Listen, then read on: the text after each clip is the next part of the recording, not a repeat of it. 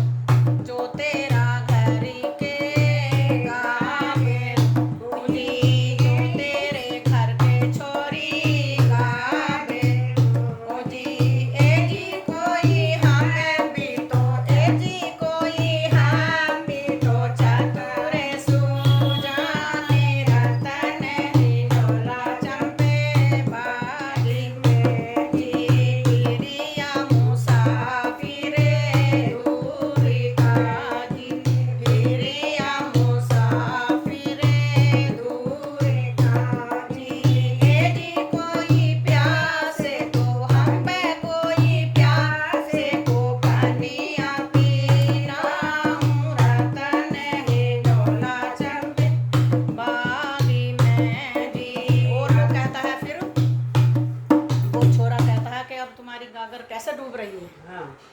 अब कैसे डूबे तेरी गागरी जी, अब कैसे डूबे तेरी गागरी जी। ए जी कोई आवे कैसे हम बे, कोई आवे कैसे निभे सारी रतन री डोलो चंपे बाली में जी ठाई। अरे डूबा के डूबे गागरी जी, डूबा के डूबे गागरी जी। ए जी कोई मुड़े मुड़े, ए जी कोई मुड़े लाजे मिटे सारी रतन हिंडोला चंपे बागी में जी।